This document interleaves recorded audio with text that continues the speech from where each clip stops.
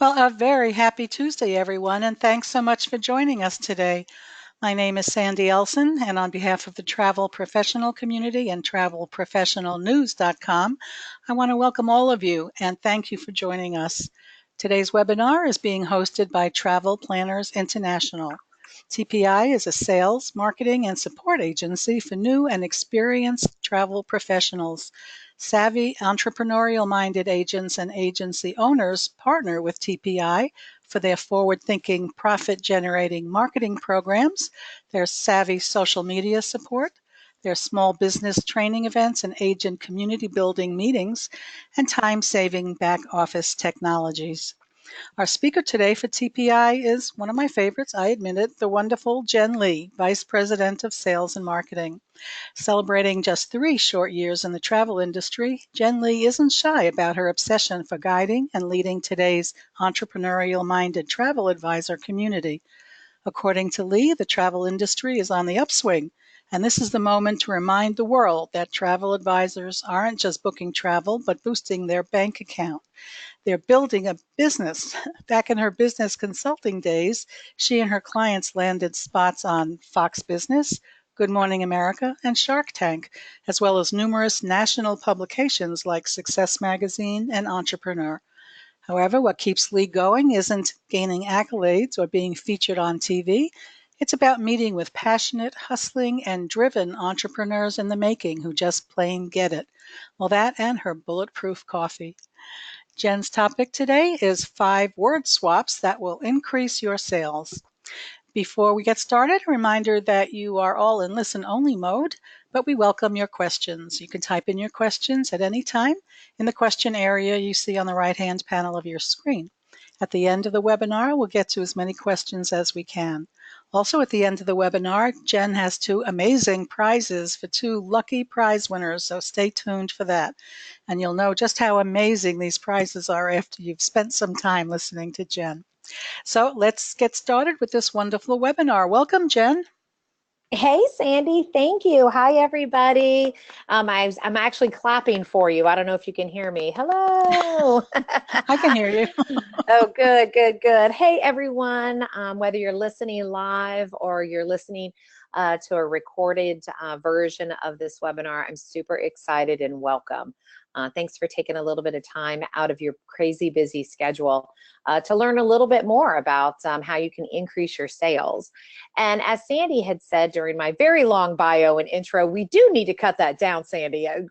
That's even cut down. I am completely obsessed with what y'all do every single day out there. You're all small business owners and entrepreneurs that are out there just trying to turn that passion into profit. And anytime I do one of these webinars, I'm really cognizant of the fact that this is really about giving you the tools and maybe sometimes little baby strategies necessary, small little changes that you can make in your maneuvers to help you increase the sales.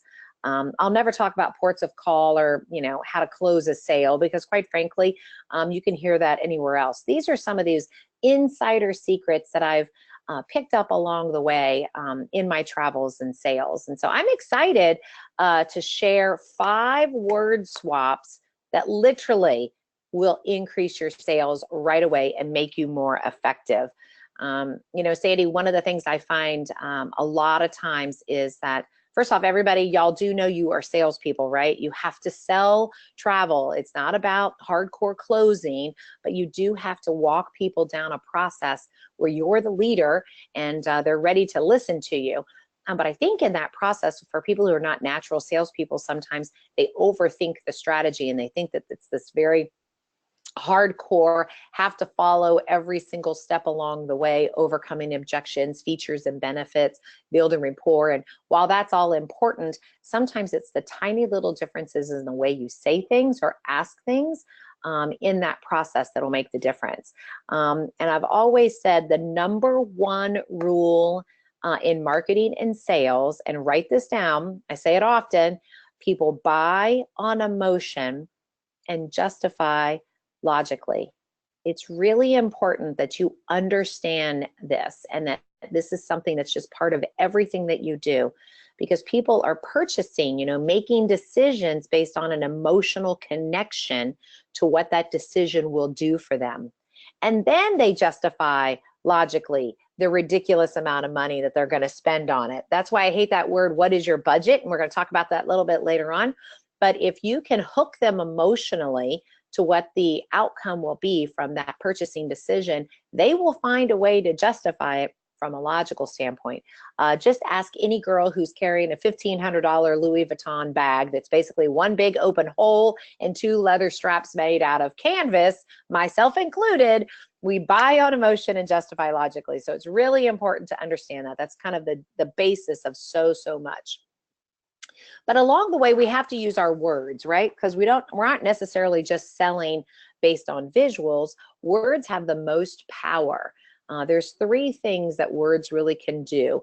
They're emotional, they're visual, and they have meaning. And with emotional, what I mean by that is if you're using the right words, they're going to be able to feel things because of that, because you're using the right words. Visually, if you're using the right combination of words together, they're actually going to be able to see things. And then meaning, if you use them together correctly, and if you've asked the right questions, the words that you come out with are going to help them remember things. So if you think of it, emotional is about feeling, visual is about seeing themselves in that process, and meaning, remembering something. So, you know, to kind of give you an example, emotional words where you can feel things are all those great adjectives, right? Like warm, succulent, it was brisk. Those are all very feeling type things. And then visual are words like bright, sunny. There was a red flashing light. That's very visual. And then meaning is that warm hug that you got from your grandfather when right after he smoked his pipe and it smelled like, oh my goodness, I just lost my word. What's the word? What do pipes smell like? They smell so good all the darn. Cherry smelling from the pipe. It brings you back to something. So in the sales process, those three things play a role. And I'm going to share with you 5 different words that all you have to do is swap out from what you're currently saying and say this instead. And you're going to usually hit all 3 of those with every single motion. So the very first one is probably the most powerful one. This is my absolute favorite sales hack out there. You know how when you're in the selling process, a lot of you guys, part of your qualification, you're asking some sort of question like, you know, is this a special occasion that you're celebrating? Or is there a reason why you're going on vacation? Nod your head yes if you're asking those types of questions. And I think, Sandy, they can kind of type in some of the things they ask, right? Like what are some of the words they use? Yeah, they can type it into the question area, everyone, if you want to answer Jen's question. Yeah, what's that qualifying question that you ask right from the beginning? That you know, kind of like, how did you hear about me? Or why do you want to go to the DR? That type of thing. Everyone's got some sort of question that they ask if they've been to any kind of travel sales training. Are we getting anybody typing anything in, Sandy? We are. People are typing in, what are you trying to get out of this trip? Another one, what do you want to gain from this trip? What are you celebrating? Is there a purpose for your trip? How do you want the trip to make you feel? Oh, that's good. That's I don't a know good who did that one. one. That's a good one. Daria Dimitrov did that one. Oh, hey, Daria. I think she's with TPI. Okay, so I want you to throw those away, and they're fantastic, but I want you to replace it with, what is motivating you to go to Alaska? Or fill in the blank, right? The word motivating, what is motivating you? When you ask, is this a special occasion, you're going to get the special occasion answer. But that's not necessarily that emotional reason that they're going. As an example, you could say, yeah, it's my parents' 50th wedding anniversary. But that's not necessarily what's motivating them to go on this trip. What's motivating is it's my parents' 50th wedding anniversary, and my dad was just diagnosed with early on-stage dementia. And we believe this may be the last time he'll be able to actually travel abroad together. That's a very different answer than a 50-year wedding anniversary. And if you think about it, as you're curating that experience, you're keeping that bit of information in mind. When you ask the question, what is motivating you? You get the full story. And that's really what we want. What we don't want is a bunch of yes and no answers. They call them closed-ended questions. Is this a celebration trip? Yes.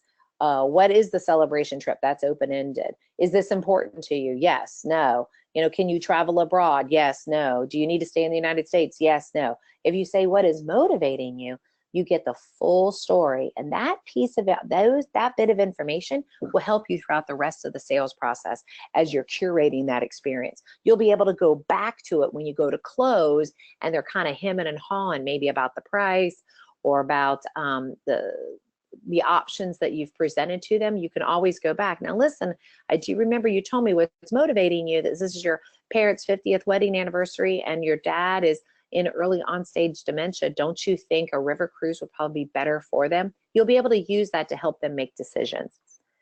So change your first qualifying question from, is this a special occasion, to what is motivating you?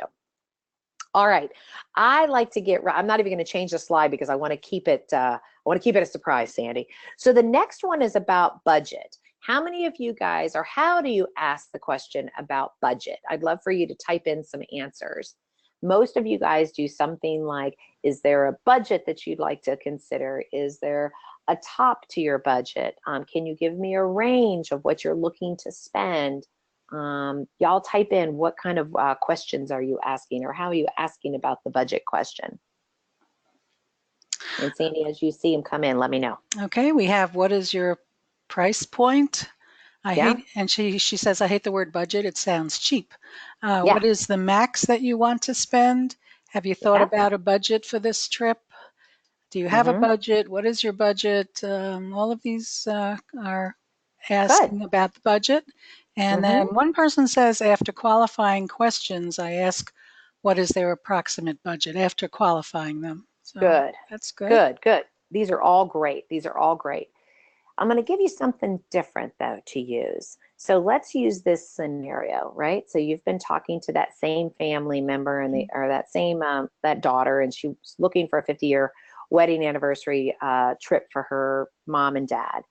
And you've asked the qualifying questions, and you've narrowed it down that they want to go on a river cruise in Europe, and you've seen that he definitely wants a suite. And in your mind, you're probably calculating in your mind. You might even be online kind of typing in AMA, Avalon, Viking, right? You're typing in a couple, and you're kind of in your mind starting to calculate. All right, you need airfare. All right, sounds like we need to get you. You should always be quoting like a Carry International, some sort of transfer service from their home to the airport, to the ship, so on and so forth. So start calculating, right? You're writing that stuff down. Most of you guys are doing this.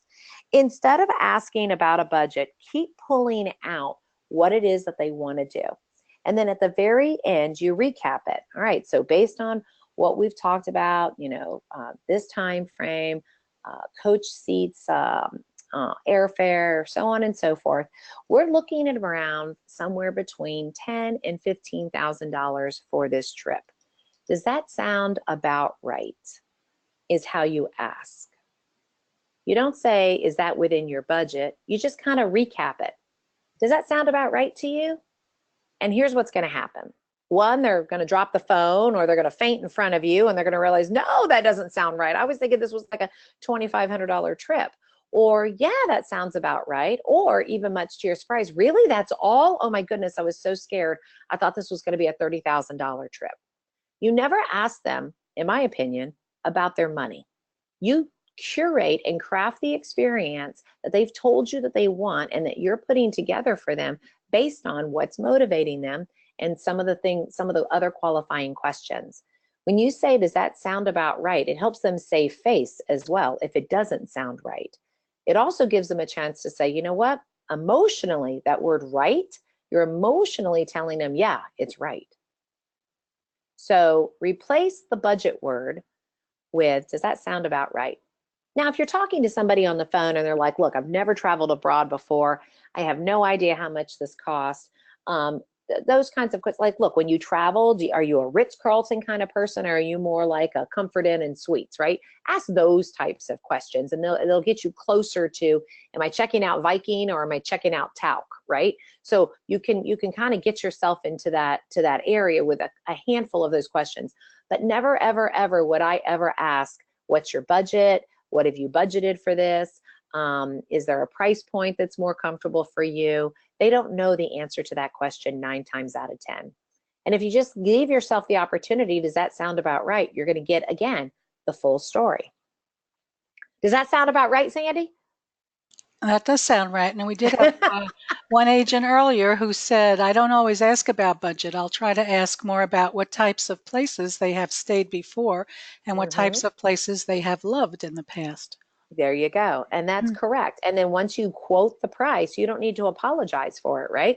Or you don't need to be nervous about it, which is what a lot of people do. And I get a lot of agents right now during this time frame when I talk about this saying, yeah, but you need to know the budget. Otherwise, they could be wasting your time. And I'll say back to you, actually, you need to understand your price points of what products fall into what range, so that you're guiding them along the way versus just gathering the information, putting it into your fancy computer and trying to meet within that budget. And the one show that everybody should watch is Say Yes to the Dress. That's all you got to do is watch that show, Say Yes to the Dress. The way they sell, they ask about, tell me about your about your fiance. How did you meet? They ask the question, where are you getting married? How do you see yourself? They ask all those emotional questions. And then they say, is there a budget that we need to be respectful of? And you'll see that a good 8 times out of 10, they might say somewhere between 3,000 to 5,000, but then they go and they put on the right dress. Sometimes it's in that budget, and other times it's a couple $1,000s over, but it's exactly what they wanted. It's a once in a lifetime purchase, and many times these experiences are a once in a year purchase or once in a lifetime. So do them a favor and don't say budget. Say, does that sound about right? All right, the next thing is using the word we. When you're in the walking them through the sales process and you've put together, you've curated the experience, maybe you've gone online to Espresso or something and you see there's a balcony available on the deck that you know that they would like, and you're starting to close. Many people get very nervous during this time frame. So instead of using the words like, all right, so what I need from you is your credit card, or what credit card do you want to use, soften it up a little bit and make sure and to remind them on a regular basis that you guys are doing this together. So instead of saying what credit card, say something like, all right, so the next thing we need to do is grab which credit card you'd like to use and let's put this on hold, or let's put this on reserve, or let's go ahead and book this right now. But the key word in here is we. The next thing we need to do is make sure you get this cabin, or that we get this cabin. The more often you use the word we, the more often they'll feel connected to you and the fact that you are taking good care of them because you're doing it together. Versus you being a customer service person, you're in this journey together. So the word we is really, really powerful. And I'll give people a chance to kind of comment on that. But the next thing we need to do, and whatever that is take a look at travel insurance, because we know you never know what may happen out there. So let us take a look at it. We, us, it's as if you're doing it together, like you're husband and wife, you're arm in arm together. You are their advisor. All right, the next one is something that I learned from improv. And if anybody ever gets a chance to go to an improvisational class, or I'm sure you can Google it, what are some of the basics of improv comedy, you're going to learn this yes and strategy. When we're brainstorming here at the office to come up with anything, a new tagline, a title to a blog, anything, we never use the word no, because that actually, in your brain, it actually stops the flow of thoughts, because no is like a hard no. It's like a stop. It's almost like a red stop sign. No, you can actually almost visually see that. No, you cannot do that. No, that's not a good idea. No, that's not the right word. Well, it's the same thing in the sales process. And again, as you're curating that experience, being part of the we and taking them down the path together, try to incorporate yes and. So like as an example, maybe you're talking about different things that they can do on that cruise, maybe different excursions, and you're chatting with them about it, and they were like, yeah, I think we'd like to swim with the dolphins. Then you go, yeah. And then can you imagine if after that, maybe the next day what you do is blah, blah, blah. Yes, and keep moving it forward with, yes, that makes total sense. And we could do this. And here's another option that we should take a look at. And yeah, and why don't we just finish out the whole trip with making sure your parents are picked up at baggage claim with Carry International or whoever your transfer company is with that sign. Yeah, and how cool would it be if they had like a bottle of champagne or, yeah, and oh my goodness, what if the family broke into the house and had like lasagna in the oven for when they came home? And yes, and do you see how excited, even I'm getting excited about it, right? You see how excited someone gets when you do yes, and? It's like, yes, and what if we did this? And yes, and can you imagine? If you use yes and throughout it and marry those ideas together, it helps kind of weave a full picture to them from an emotional standpoint. Remember, we went back to emotion and visual and meaning. All those mean something because you're weaving them together. So find opportunities to use yes and as if you're like, yeah, and how about this? And how about that? And oh, wouldn't that be cool? So yes and, not just yes. Not no, but yes, and. And then back to the we. Oops, I went the wrong way. Back to the we. If you are going down the process, you've said, does that sound about right? And they say, yeah. And you said, okay, the next thing we need to do is da, da, da, da, da. And you've done the yes and you're getting down to it. And all of a sudden they say, you know what? I don't think I'm ready. That's called an objection. No, I don't think I'm ready. Okay. Well, share with me more what you mean. No, you don't. Well, this is another one. Okay, here's a bonus thing that you say. Are you ready for my bonus tip? This is going to sound funny. It's going to sound like a parrot. But anytime somebody gives you an objection, so let's just say an objection is, okay, so the next thing we need to do is go ahead and just get this reserved. You know, let's pull out a credit card. Which one do you want to use? Blah, blah, blah. No, I'm not ready to make a decision. Just parrot back to them. Just say, you're not ready to make a decision? And do it as a question, like a parrot would, or like a 3-year-old would. Yeah, no, I'm not ready to make the decision. You're not ready to make the decision? And just pause. Repeat it back to them, because then by the second time, they'll go, yeah, I feel like I need to probably do a little bit more research. Okay, so you need to do a little more research because you still don't have the full picture. And so you do that until they finally get not frustrated, but they realize you're not going to take no for an answer, and they give you the real reason. So whenever you get that objection, again, use that word we. And if it's like, I'm not really sure if my parents would really like that. Okay, I totally understand that. What if we got on the phone together? What if we? And then give them a solution, an option. Give them something that they could go to. I know I've used the word we twice in here, but I want to drive it home how important it is that when you're in that closing, the sensitive times, which is closing the sale, as well as overcoming objections or having to resell because they've said no, use that word we. What if we did this together? What if we took a look at an alternative cruise line? What if we looked at the day before or the day after that may change the flight amount, right? What if we, and then come up with some sort of suggestion of a solution. So those are my 5 word swaps. I'll go back through them real quick again. Oops, Number 1, what is motivating you to go on this vacation? Number 2, when you're closing, does that sound about right? Don't use the word budget. Number 3 is next thing we need to do. That's taking them through the process together. Number 4 is keep adding to the experience. Yes, and we can do this. Yes, and it would be cool if this would happen. Yes, and then you'd be able to take that picture you've always wanted. And then the last one is overcoming the objections. Okay, well, what if we did this together? Those are my 5 word swaps for you. Even if you just adopt one of them, you're going to see a difference in your sales. And then I wanted to share kind of a resource, Sandy, with everybody. This is a book that I found many, many years ago that I am obsessed with. It's like $11.95 on Amazon. It's called Words That Sell. And what it does is it takes an emotion and then it gives you words that you can use, words and phrases that you can use to evoke that emotion. So hang on a second. Hold on. I'm going to pull my book out. So if the emotion that you want to convey is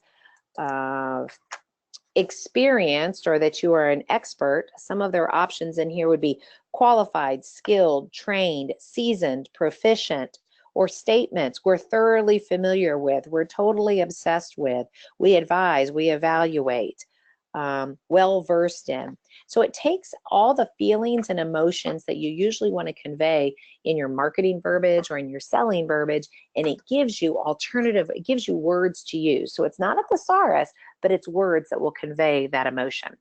And I tell you what, the two winners, not only, I'm doing this on the fly, Sandy, the two winners will not only get a 30-minute consult with me, but I will send them a copy of this book, this Words That Sell book. Wow. Thank you, Jen. That's very generous. You're welcome. You're welcome. I love it. I'm obsessed with it. All right. What questions does everybody have? Or So anybody? if you have some questions for Jen, now's a good time to type them in. Can you tell our audience the name of the author of that book you just shared? Sure. Oh, hang on. It is Richard Bayan, Bayan. And he has a follow-up book called More Words That Sell. And then there's another book called Phrases That Sell. And I But I would want start. to point out that Jen doesn't get anything personally for you guys No, buying no, the no, book. no, no, no, not at all. Not at all. Oh my goodness, disclosure. No, I don't get anything. I don't even know who this guy is. You I just just get our discovered. thanks for suggesting such wonderful sales tools. Yeah. I'd love to hear from anybody. I don't know what time it is or how much time we have left, but you know what I'd love to hear? I'd love to hear from anybody who's listening right now. What one point did I share that you are going to implement right away, or that makes the most sense to you, that you were like, yes, oh my goodness, darn it, I could do that. Okay, Type those in type as you. those in. We did have one question. Do these words work on totally negative people that you really have given up on? Yeah, How do totally. you know when to give up? Well, I always say until the restraining order is served to you, don't give up. Unless the restraining order has shown up at your front door, I keep going, because it's really, who asked that question? Can I get that person's name? You know what? I just deleted it from my Oh, screen. no worries. So whoever that was, no Sorry. worries.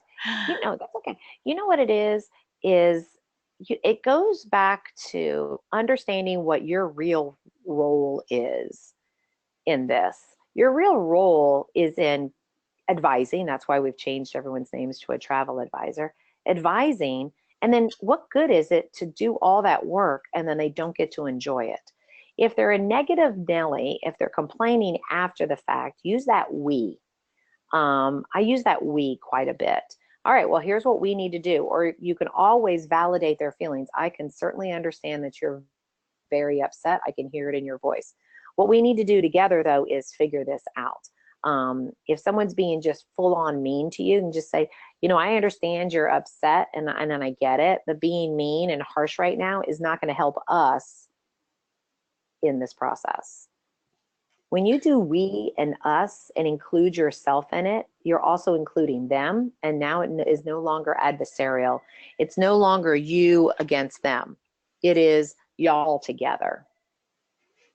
So our agents have been typing in what one thing they liked and they will start using, and it's really pretty much across your 5 points, Jen. Oh, good. Several people have said the yes and is what appeals to them. Many people have said what is motivating you is what appeals to them. New ways to find out what the budget is. The next thing we need to do, being a partner with your. Mm-hmm. Oh, Sandy? Oh, sorry about that. Was I That's muted? okay. I was like, we lost Sandy. I was so excited I accidentally muted myself. Of course. It's important that I think it's important that clients feel like we are in this process together, as you stated so many times, Yeah. because sometimes travel advisors can take on an adversarial relationship with their clients. Like, why don't you want to do this? This is the best thing to do. I got you a great price. Why don't you like it? But if Right. you approach it that you're same on the same side, on the same team, that's also much more appealing to clients wanting to listen to you. Yeah, exactly. Well, they're going to trust you more too, Yeah. for sure. So let's see. One of our agents loved, does that sound about right? I'm putting that to good use. You're going to be amazed how different the whole process is when you change that. Does that sound about right? You will get the absolute exact answer. It's no longer guessing. There's no reason to guess. All you have to do is ask. And nobody wants to say what their budget is. If you think about it, if I walk into a store, we automatically kind of have this feeling of it's us against them. Even if I'm shopping for like a dress or anything like that, like it's like, all right, well, what's your budget? Well, why do you care what my budget is, Mhm. right? It doesn't matter. What I need is a dress that fits my curvy body. Amazingly, I'm going to be up on the big stage, and I don't want to look like a half-peeled banana like I did at Cruise World the other day. You did not. So I swear to God, I look like a half-peeled banana. But who cares? Just start showing people, because you never know what someone's willing to pay for if they're emotionally attached to the outcome. Right. And out of we every industry, we are the ones that get an opportunity to really enhance somebody's life. Truly, truly enhance their lives. So we still have answers coming in. One advisor said, my biggest takeaway was the, does this sound right? I always do my best to qualify, but end up asking, and your maximum budget is? And so does Yeah. this sound right is a much nicer way to approach that. And the only way, and it is, you're correct. And the only way to be able to pull that off is if you're calculating stuff in your head. And you can give a big range, based on what we're talking about and just some rudimentary numbers that I'm calculating in my head. We're looking somewhere between $5,000 and $10,000 for this trip. Does that sound about right? And then they'll go, yes, it does. Or wow. You'll be amazed the number of people like, dang, I thought it was going to be a lot more than that. And then you're really going to go, well, let's talk now then. Let's get you up there. One of our advisors is asking, what would be a great follow-up word on a client who says flat out no? Then I would do the parrot. And I didn't have a slide for that, but I love sharing that. When they say no, just say no. Yeah, no, no. Just keep repeating it. And then be quiet, because they'll get it after the second or third time, or they'll hang up on you. And then you don't want to deal with a jerk like that anyway. But just like, no, no, yeah, no, no, do a in there. Try your best not to ask anything more. Just repeat it back to them. I promise you it works.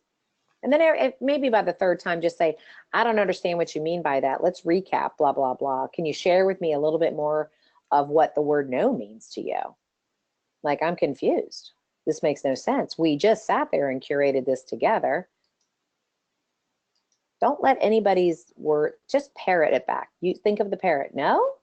No? You have to see my facial expressions. It makes more sense when you do the facial expressions. Our advisor wants to know, what if you actually ended the call? They said no, absolutely not interested, and you ended the call. Is there any follow-up you can do after that point?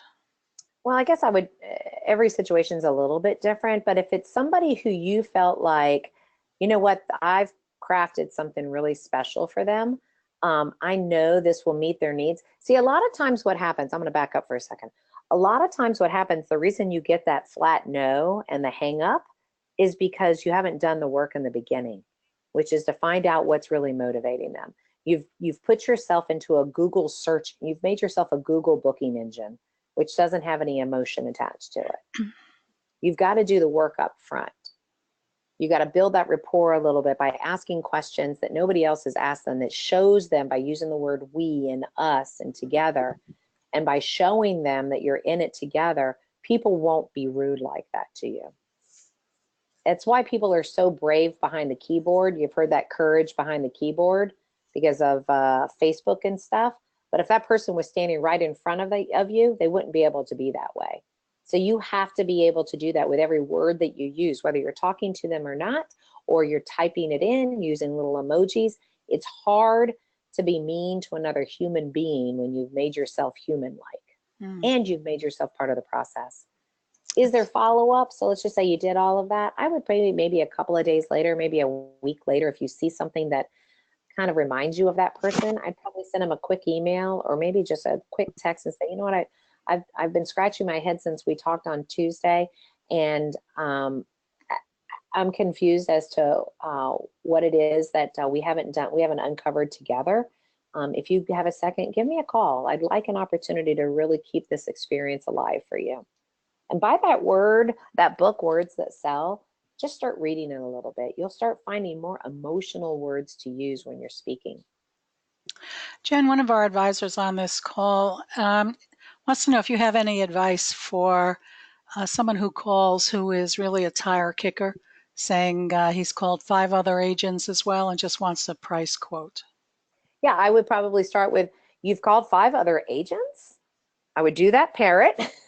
And then I would just pause and just say, all right, well, let's start with this. What's motivating you to go on this vacation? And just go right into the emotion. People buy on emotion. Hang on, where is it? People buy on emotion and justify logically. What's happening with this particular fella is he's starting with the logic because he's scared that he'll get emotionally attached. He basically is my husband.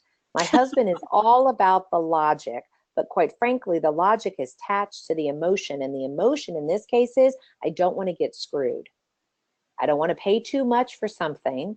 I don't want to be screwed. So understand that's probably the emotion behind that person's logic, why they're asking the questions. So bring that up. Oh, so you've been searching for 5 quotes? Sounds like you're in the situation where you feel like you don't want to get screwed, or you want to get the best price. Kind of like prime the pump a little bit with an answer or a solution to your query, right? So like, wow, it sounds like you're just making sure you're getting the best possible price or the best value, huh? Is that true? Yeah. Well, I totally understand that. Well, so John, just tell me, what's motivating you to go on this vacation? And if they're not willing to answer those questions, just say, you know what, it sounds like you're just looking for price quotes. I would go to Google and just look at yourself, big guy. I appreciate you calling though. Thank you. Bye. Hang up. I have found sometimes that when somebody asks for something, they want to go on a luxury river cruise, they want to fly in 2 days before, they want to be in one of the top cabins, that they want to stay in a ultra luxury hotel before and after.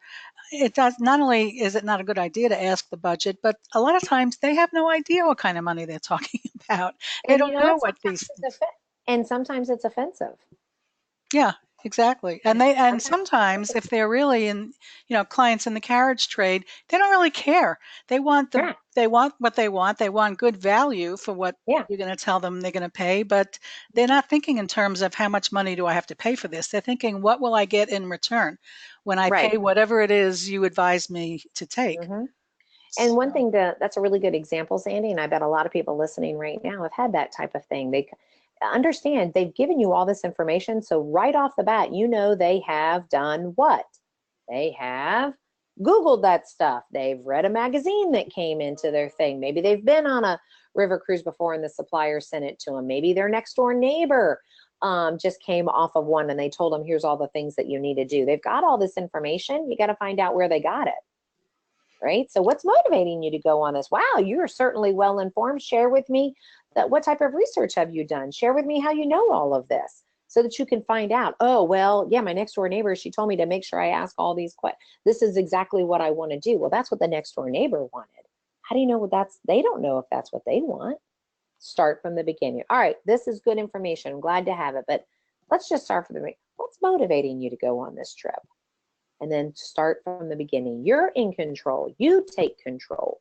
So often we just get so bloody excited that somebody called us that we're just busy qualifying people, when in reality, we should be busy developing a relationship and a rapport, and most importantly, an understanding of what it is that they're trying to accomplish. What's motivating them to go on this trip? Go Exactly. back to the beginning. Go back to the beginning. That's why I always say sometimes these sales strategies can be very regimented, and unless you have a relationship with them already. I mean, people you've booked before go, okay, Jim, I'm super excited. You and Debbie are ready for your next river cruise. You know, let's talk Turkey. Why are you wanting to go to Turkey? I don't even know if there's rivers in Turkey. I have two short comments, and then why don't we get to the wonderful prize giveaway? One of Yeah. our advisors, after listening to this, said that she wants to start building better relationships right from the start. She thinks that will stand her in good stead for the whole sales process. Yes, absolutely. Yeah, And and a lot of it's asking those emotional questions. Yep. mhm. And our last comment is our advisor finds that when she does bridal shows, the brides are all about the logic and the lowest price. Well, that's because the brides are the most emotional human beings on the face of the earth. Are you kidding me? Um, so what it is that's because they've done a lot of research, and they're getting a lot of input. I would say I would just tell them that. Sounds like you've put together a budget, based on what your parents are giving you or what you've saved up from. Share with me a little bit about your wedding. Watch that show, Say Yes to the Dress. They don't talk about a budget at all until they're starting to pull dresses, but get them to the emotion. You don't have to spend a lot of time on it. They can just say, first off, thank you for calling. How did you hear about me? Oh my goodness, Jane referred you. That's fantastic. Blah, blah, blah. Tell me about your wedding. I'm so excited to hear about it. Oh my God, I'm so busy. I can't even stand myself. I'm just trying to figure out my total budget. Well, tell me everything. Tell me more about what's going on with that. Tell me what you really want to do. We'll try to figure out the best possible options based on what you really, really want. There's so many different options out there. Share with me just a little bit more. Get them into the visual aspect and out of the logic. Sounds great. Well, Jen, I think we have come to the prize giveaway. I just want to mention Yay! to our advisors on this call that if you think of something you'd like to ask Jen or have more questions about TPI, Jen has left her email address and phone number up on your screen. So please do jot them down if you think of something after the webinar. Jen will be happy to help you or to point you in the right direction. So what Jen is giving away today, and as I said at the beginning of the webinar, you'll appreciate this more by the end of the webinar, is that Mm. Jen is giving away 2 private 30-minute consultations between you and her.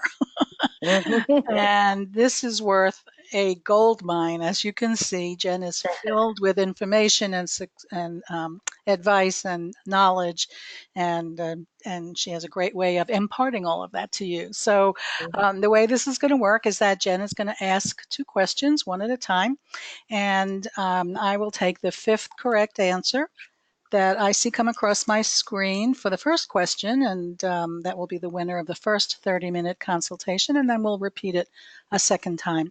So, Jen, and please, I'll only take the answers that I see after Jen has finished asking her question. So wait till the question has been asked, and I'll take the 5th correct answer, and I'll let you know when we have the 5th correct answer. So, Jen, whenever you're ready, go ahead with the first question.